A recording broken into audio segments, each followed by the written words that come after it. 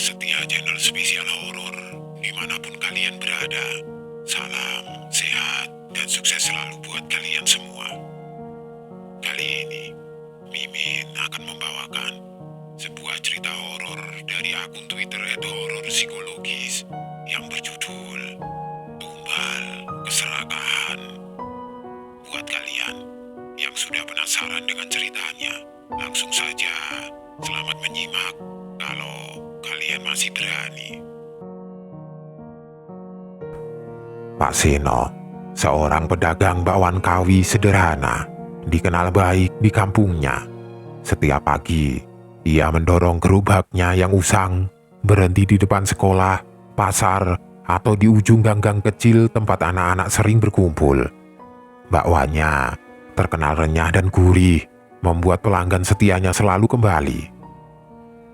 "Pak Seno, bakwannya 2, tambah tahu 1 ya," teriak seorang bocah sambil menyerahkan uang koin. "Siap nak, tunggu sebentar ya. Ini bonus cabai buat kamu," balas Pak Seno sambil tersenyum ramah. Hidupnya memang pas-pasan, tapi ia tidak pernah mengeluh. Namun dalam hati ia sering bertanya-tanya, apakah hidupnya akan terus seperti ini? Ia ingin memberikan kehidupan yang lebih baik untuk istri dan anaknya. Suatu hari, sesuatu yang aneh terjadi. Setelah pulang dari berjualan, Pak Seno melihat seseorang berdiri di dekat gerobaknya yang diparkir di halaman rumah. Sosok itu berpakaian serba hitam dengan topi lebar yang menutupi wajahnya. "Permisi Pak, cari siapa?" tanya Pak Seno sedikit ragu. Sosok itu tidak menjawab. Ia hanya mengeluarkan kantong kain kecil dari sakunya dan meletakkannya di atas gerobak Pak Seno. "Pak, ini apa?" tanyanya lagi. Tapi sosok itu sudah menghilang di balik gelap malam. Pak Seno membuka kantong itu dengan hati-hati. Di dalamnya ada butiran-butiran kecil berwarna hitam yang mengeluarkan aroma tajam. Ia merasa bingung, tapi entah mengapa ada dorongan dalam dirinya untuk menyimpan benda itu di gerobaknya. Seminggu setelah kejadian itu, sesuatu yang luar biasa mulai terjadi. Bakwan Pak Seno menjadi lebih laris dari biasanya. Pelanggan terus berdatangan, bahkan orang-orang dari kampung sebelah mulai ikut membeli. "Pak, kok makin banyak yang beli ya? Bakwan kawi kita ada resep baru kah?" tanya Bu Rina, istrinya, suatu malam saat membantu suaminya membersihkan gerobak. "Tidak ada yang berubah, Bu. Semua masih sama seperti biasa. Mungkin ini rezeki kita," jawab Pak Seno sambil tersenyum. Dalam waktu singkat, usaha Pak Seno berkembang pesat. Gerobaknya yang kecil diganti dengan gerobak baru yang lebih besar dan dicat biru cerah. Ia juga mempekerjakan 2 karyawan untuk membantu memasak dan melayani pelanggan. Tidak hanya itu, Pak Seno membeli beberapa gerobak tambahan untuk dijalankan di tempat lain. Rumahnya yang dulu kecil dan reot, kini berubah menjadi rumah megah dengan pagar besi tinggi.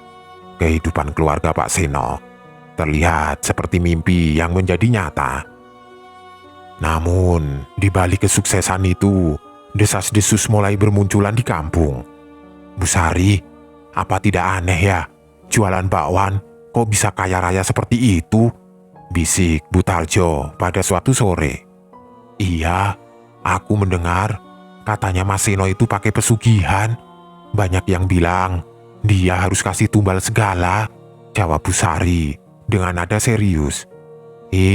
Serem, aku jadi takut beli bakwannya," sahut Bu Tarjo sambil bergidik.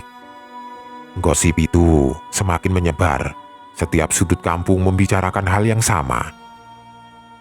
Malam itu, setelah semua pekerja pulang, Pak Seno duduk termenung di ruang tamu. Bu Rina, istrinya, mendekatinya dengan wajah gelisah. "Pak, aku tidak enak. Orang-orang di kampung mulai curiga sama kita," katanya pelan. "Biarkan saja. Mereka cuma iri. Kita tidak perlu peduli," jawab Pak Seno sambil menghela nafas panjang. Tapi, aku sering mendengar suara-suara aneh di dapur malam-malam. Kamu yakin ini semua tidak ada hubungannya dengan sesuatu yang tidak wajar? Bu Rina menatap suaminya dengan cemas. Pak Seno terdiam, memandang keluar jendela. Dalam hatinya ia tahu bahwa ada sesuatu yang salah. Tapi, ia tidak mau membahasnya dengan istrinya. Sudahlah Bu, kamu terlalu banyak berpikir, tidur saja. Besok kita harus bangun pagi, katanya, mencoba mengakhiri pembicaraan. Namun, saat Bu Rina pergi ke kamar, Pak Seno tetap duduk di ruang tamu. Matanya terpaku pada gerobak biru di halaman, mengingat sosok misterius yang menyerahkan kantong kain itu. Dalam hatinya, ia mulai bertanya-tanya, apakah semua ini benar-benar rezeki atau ada harga yang harus ia bayar? Dani, karyawan baru Pak Seno, merasa ada sesuatu yang aneh sejak hari pertama ia bekerja di rumah itu. Meski suasana kerja terlihat biasa saja di siang hari, ada keheningan malam yang membuat bulu kuduknya meremang. Rumah besar milik Pak Seno dengan dapur yang luas dan peralatan modern menyimpan hawa yang terasa ganjil.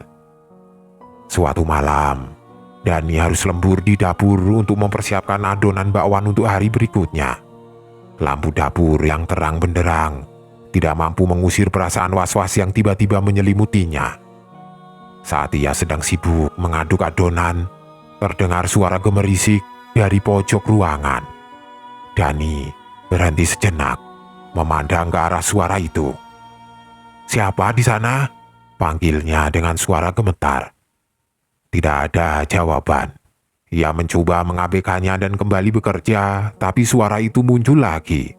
Kali ini lebih keras, seperti sesuatu yang menggesek-gesek lantai. Dani menelan ludah. Ia beranikan diri melangkah mendekati sumber suara. Ketika ia menoleh ke sudut dapur, ia melihat sesuatu. Bayangan hitam bergerak cepat, melintasi dapur menuju pintu belakang. Ini siapa?" tanya Dani, mencoba terdengar tegar meski tubuhnya bergetar. Ia mendekati pintu belakang dengan langkah pelan. Tapi, saat membuka pintu, yang ia temukan hanya angin dingin yang menerpa wajahnya. Malam itu terasa lebih sunyi dari biasanya. Keesokan harinya, Dani menceritakan kejadian itu kepada rekan-rekan kerjanya. "Semalam, aku melihat sesuatu di dapur. Bayangan hitam, besar, bergerak cepat," katanya dengan nada serius saat mereka berkumpul di ruang istirahat. "Ah, palingan tikus besar. Rumah segede ini pasti banyak tikusnya," balas Tono, salah satu karyawan senior sambil tertawa kecil. "Tikus? Tikus mana ada yang sebesar itu, Ton? Aku yakin ini bukan tikus biasa," bantah Dani dengan wajah tegang. "Sudahlah Dan, jangan banyak mikir. Mungkin kamu kecapean. Dapur di malam hari memang suka bikin parno," ujar Tono, mencoba meredakan suasana. Namun, Dani tidak bisa melupakan bayangan itu. Ada sesuatu yang tidak biasa, sesuatu yang membuatnya merasa diawasi setiap kali ia berada di dapur. Tidak lama setelah kejadian itu, salah satu karyawan bernama Yanti mulai menunjukkan tanda-tanda sakit. Awalnya ia hanya terlihat lemas dan sering mengeluh pusing. "Yanti, kamu kenapa? Kok pucat sekali?" tanya Bu Rina suatu pagi saat melihat Yanti duduk lesu di sudut dapur. "Tidak tahu, Bu. Rasanya badan ini lemas terus. Semalam saya mimpi buruk lagi," jawab Yanti dengan suara lemah. "Mimpi apa?" tanya Dani penasaran. Yanti menghela nafas panjang sebelum menjawab. "Ada sosok hitam dengan mata merah menyala. Dia berdiri di ujung tempat tidurku diam saja. Tapi aku merasa sesak, seperti sulit bernafas." Dani yang mendengar itu langsung teringat bayangan hitam yang ia lihat di dapur. Ia menatap Yanti dengan cemas. "Itu bukan cuma mimpi, Yanti. Aku juga melihat bayangan hitam di dapur malam itu," kata Dani. Suaranya bergetar. Yanti hanya mengangguk pelan seolah mengiyakan ketakutan Dani. Beberapa hari kemudian, kondisi Yanti semakin memburuk. Ia sering mengigau, menyebut-nyebut sosok hitam yang terus mengganggunya. Hingga suatu malam, tubuhnya mendadak kejang-kejang sebelum akhirnya ia menghembuskan nafas terakhir. Kabar kematian Yanti menyebar cepat. Para karyawan lain yang semula mencoba mengabaikan kejanggalan di rumah Pak Seno, kini tidak bisa lagi menutupi rasa takut mereka. "Ton, aku tidak mau kerja di sini lagi. Ini sudah tidak wajar," bisik Dani pada Tono setelah pemakaman Yanti. "Aku juga mulai takut, Dan. Tapi kalau kita keluar, mau kerja apa lagi? Cari kerja sekarang susah," balas Tono dengan nada gelisah. Sementara itu, gosip di kampung semakin liar. Orang-orang mulai membicarakan kematian Yanti sebagai bukti bahwa Pak Seno menggunakan pesugihan. "Itu pasti tumbalnya. Dengar-dengar, kalau pesugihan tidak ngasih tumbal, yang punya pesugihan bakal kena sendiri," kata Bu Sari pada tetangganya. "Ih, serem. Aku pokoknya tidak mau beli bakwan lagi dari dia," sahut Bu Tarjo sambil bergidik. Rumah besar Pak Seno yang dulu menjadi kebanggaan kini berubah menjadi sumber ketakutan bagi semua orang. Dani dan para karyawan lainnya hanya bisa berharap mereka tidak menjadi korban berikutnya. Malam itu, udara terasa dingin menusuk. Pak Seno duduk di bawah pohon besar di halaman rumahnya, membawa sesajen berupa bunga kemenyan dan mangkok berisi darah ayam. Sinar bulan yang temaram menyoroti wajahnya yang penuh kegelisahan. Dengan tangan gemetar, ia mulai menaburkan bunga di sekitar pohon sambil menggumamkan doa-doa dengan nada yang nyaris tidak terdengar. "Aku sudah memenuhi permintaan kalian. Sudah cukup. Jangan ambil lebih banyak lagi," bisiknya dengan suara serak. Angin tiba-tiba berembus kencang, membawa aroma busuk yang menusuk hidung. Dari kegelapan di balik pohon, muncul suara berat dan serak yang membuat jantung Pak Seno berdebar kencang. "Tumbal berikutnya harus segera diberikan. Jika tidak, kamu dan keluargamu yang akan kami ambil." Suara itu bergema di telinganya seolah datang dari segala arah. Pak Seno menggigil ketakutan. Wajahnya pucat pasi, keringat dingin mengalir di pelipisnya. "Tidak, tolong, beri aku waktu. Aku tidak bisa kehilangan lebih banyak orang," katanya memohon. Namun, suara itu tertawa pelan, tawa yang dingin dan mengerikan. "Kesepakatan sudah dibuat, manusia. Keserakahanmu telah mengikatmu pada kami. Ingat, kami selalu mengawasi." Pak Seno menunduk, tidak mampu membalas. Dengan langkah guntai, ia kembali ke rumah meninggalkan aroma kemenyan yang samar-samar masih tercium. Ketika Pak Seno membuka pintu rumah, Bu Rina sedang duduk di ruang tamu dengan wajah tegang. Matanya tajam menatap suaminya. "Kamu dari mana, Pak? Aku lihat kamu lagi di bawah pohon itu," tanya Bu Rina dengan nada curiga. "Sudah, tidak usah tanya-tanya. Tidur saja. Besok pagi kamu harus bangun lebih awal," jawab Pak Seno cepat sambil menghindari tatapan istrinya. Bu Rina tidak puas dengan jawaban itu. "Aku tahu ada yang tidak beres. Kamu akhir-akhir ini sering keluar malam. Jangan-jangan ini ada hubungannya dengan semua gosip yang beredar di kampung," desaknya. Pak Seno membanting pintu kamar tanpa menjawab. "Tidur saja. Aku capek," teriaknya dari balik pintu. Bu Rina duduk diam, menatap ke arah kamar dengan perasaan bercampur aduk. Ada sesuatu yang tidak diceritakan suaminya, dan ia mulai takut bahwa gosip kampung mungkin ada benarnya. Sementara itu, Dani, salah satu karyawan, juga semakin dihantui rasa takut. Malam itu ia melihat Pak Seno membawa sesuatu yang dibungkus kain merah menuju pohon besar. Keingintahuannya membuatnya memberanikan diri mengintip dari jauh. Apa yang sebenarnya dia lakukan? Bisik Dani pada dirinya sendiri. Ia melihat Pak Seno menunduk sambil melafalkan sesuatu, lalu menaruh bungkusan itu di bawah pohon. Setelah itu, angin tiba-tiba berhembus kencang, membuat daun-daun kering beterbangan. Dani mundur perlahan, takut ketahuan. Keesokan harinya, Dani bercerita kepada Tono. "Ton, aku yakin sekali Pak Seno ada main dengan sesuatu yang tidak beres. Semalam, aku melihat dia bawa sesajen ke pohon besar di halaman," kata Dani dengan nada serius. "Sesajen? Kamu serius?" Tono mencoba memastikan. "Iya, ini makin tidak wajar. Yanti meninggal, terus malam-malam dia seperti orang ngomong sendiri di pohon. Aku tidak mau jadi korban berikutnya," ucap Dani dengan wajah pucat. Tono terdiam. Ia mulai merasa bahwa pekerjaan ini tidak layak untuk dipertahankan, meski bayarannya cukup besar.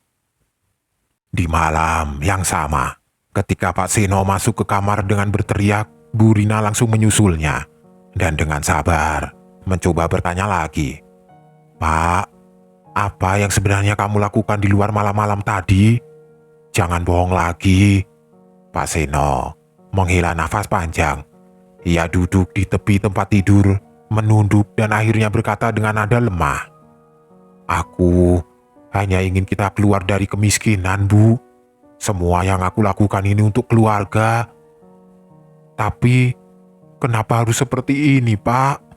Aku mendengar orang-orang bilang tentang pesugihan. Apa itu benar, Pak?"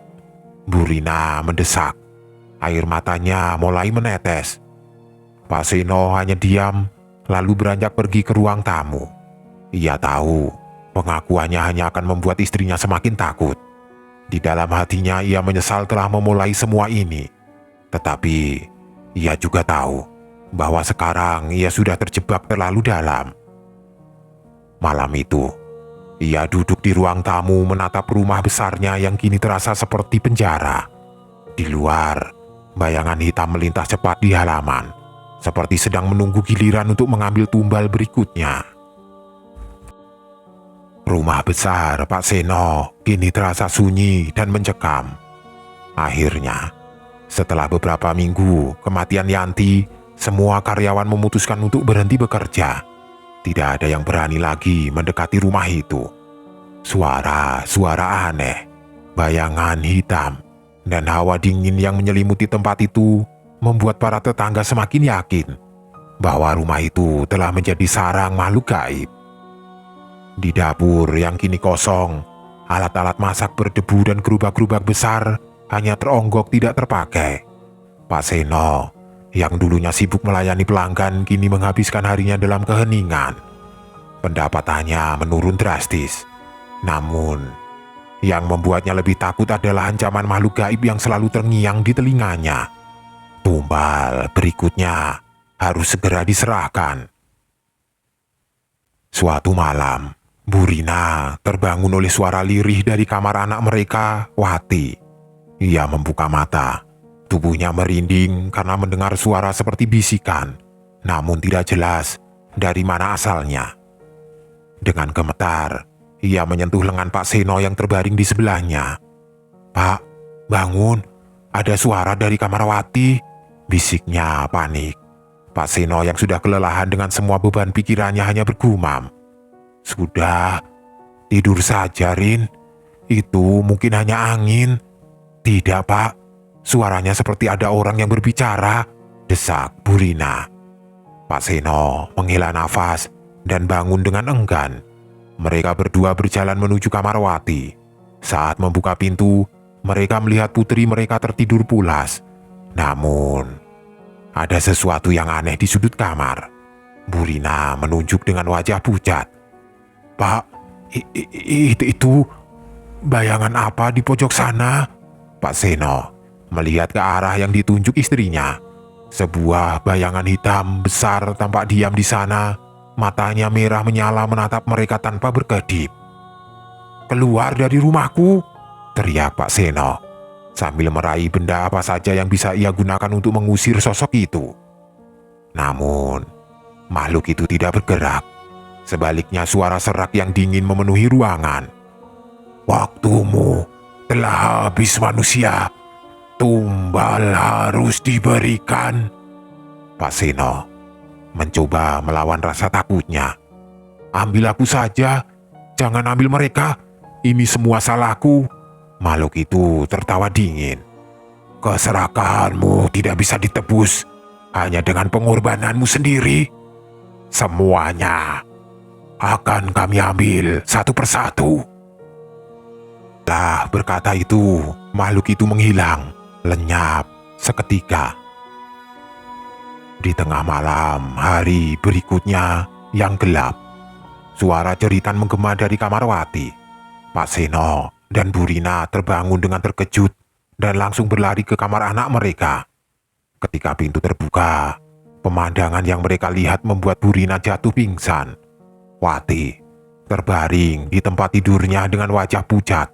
Tubuhnya kaku, tidak bernyawa. Di lantai, Bu Rina tersungkur setelah kehilangan kesadaran. Pak Seno terhuyung mendekati tubuh anaknya. Tidak. Ini tidak mungkin. Ambil aku saja. Jangan ambil anakku," teriak. Pak Seno histeris, memeluk tubuh kecil putrinya yang dingin. Namun, suara dingin itu kembali terdengar, memenuhi seluruh ruangan.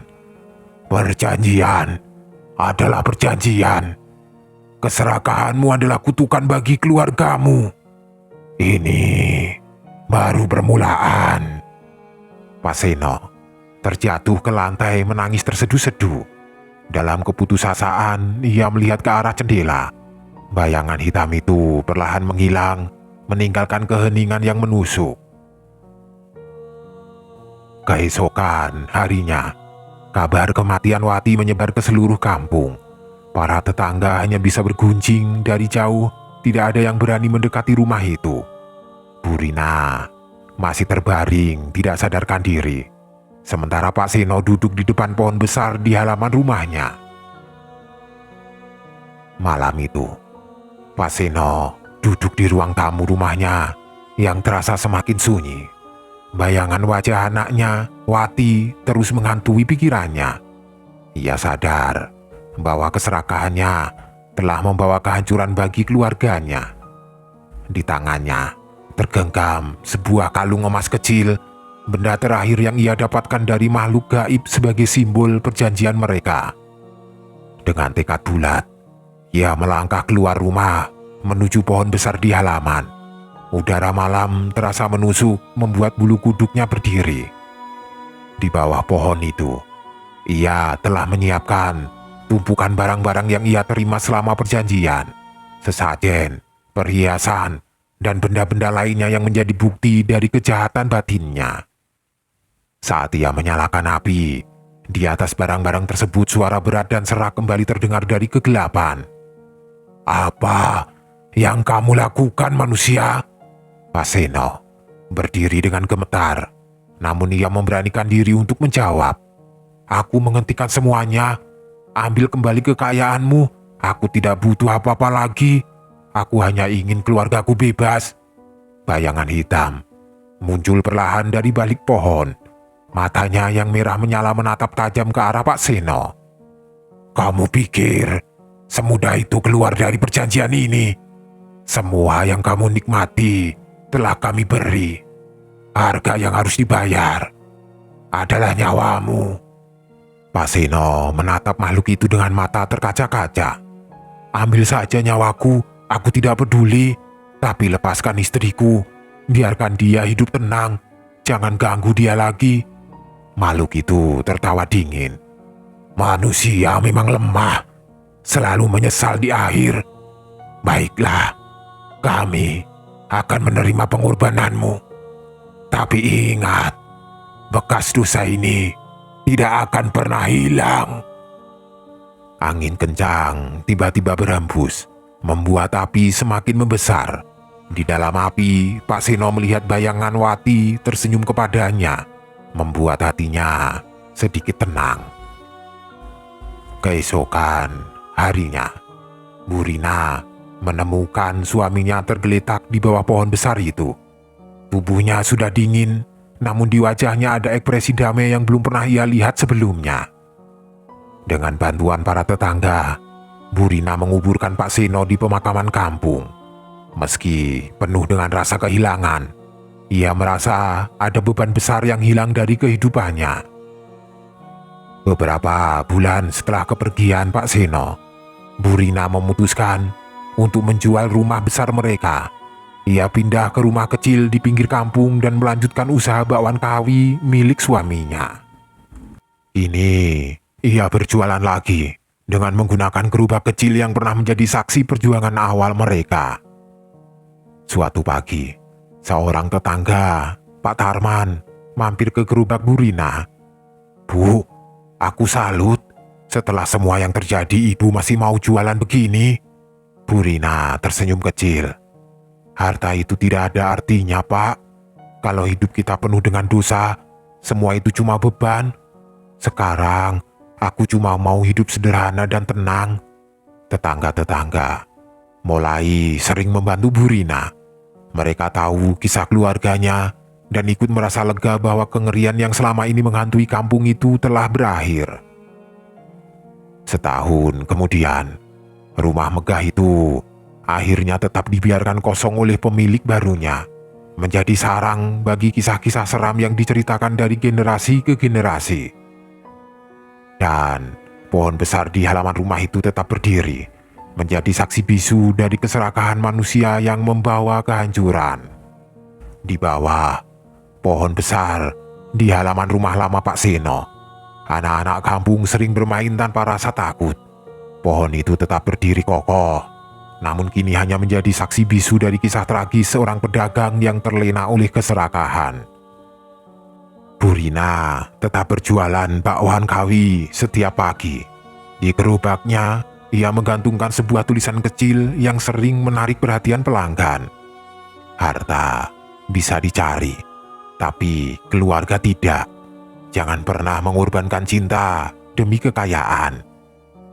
Pesannya menyebar, menjadi pelajaran bagi orang-orang di kampung itu.